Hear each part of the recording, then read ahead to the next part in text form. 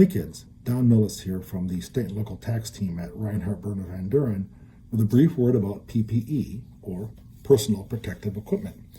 Now, I don't know about you, but until a few months ago, I never gave much thought to PPE.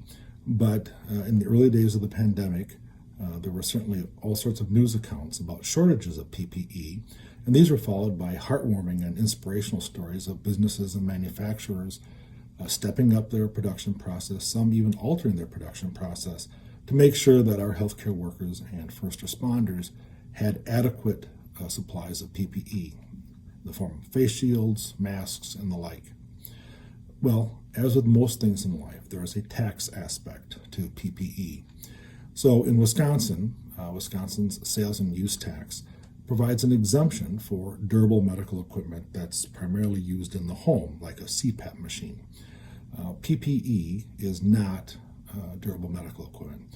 But if you're a hospital and you're a nonprofit organization, as many hospitals are, you can purchase PPE, pens, pencils, and durable medical equipment without paying sales tax because you're an exempt organization.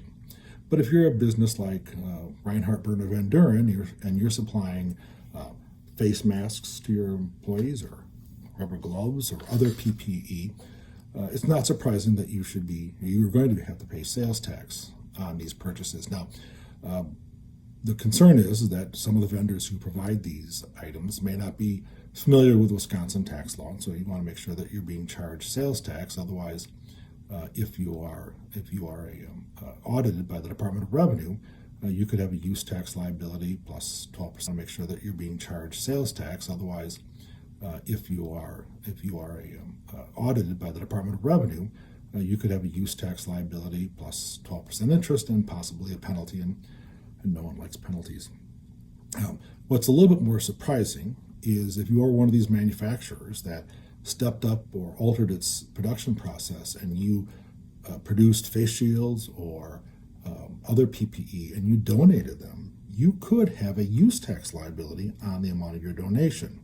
Now, there are certainly some exceptions, but many manufacturers are able to purchase the ingredients in their manufacturing process without paying tax, and that's common. So if you're one of those and you donate your PPE to a non-exempt organization, you would certainly be liable for use tax.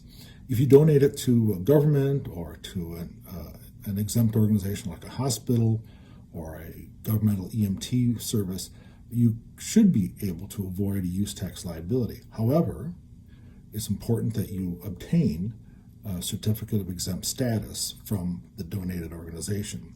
That's not probably something you would typically do.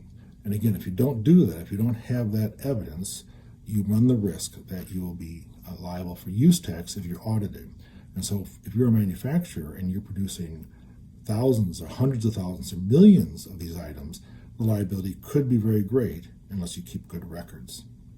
So if you want more details about this or any other aspect of state and local tax, contact any member of the state and local tax team at Reinhardt. Until next time, stay safe and be well.